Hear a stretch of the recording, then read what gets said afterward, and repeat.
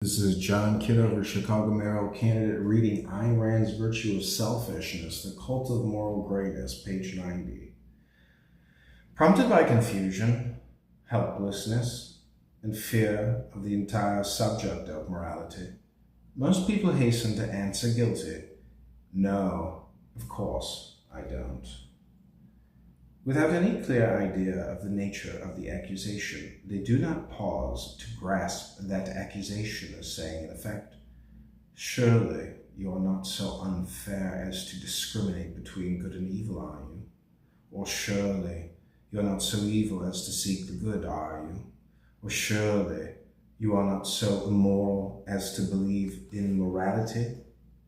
Moral guilt, fear of moral judgment, and a plea for blanket forgiveness are so obviously the motive of that catchphrase that a glance at reality would be sufficient to tell its proponents what an ugly confession they are uttering.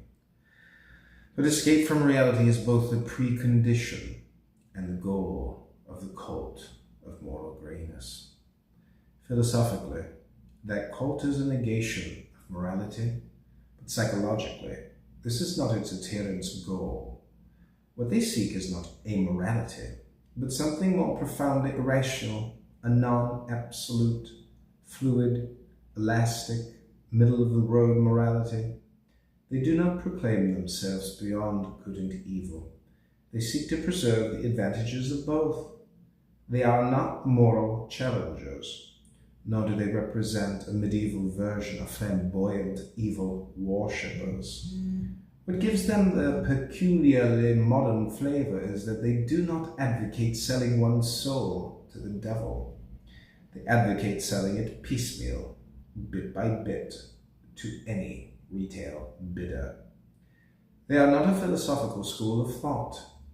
They are the typical product of philosophical default, of the intellectual bankruptcy that has produced a rationalism in epistemology, a moral vacuum in ethics, and a mixed economy in politics.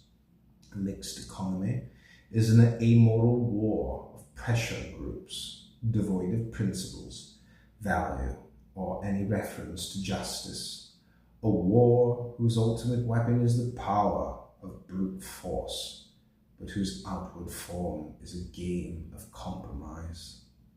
The cult of moral greyness is the ersatz morality which made it possible, and to which men now cling in a panicky attempt to justify it. Observe that the dominant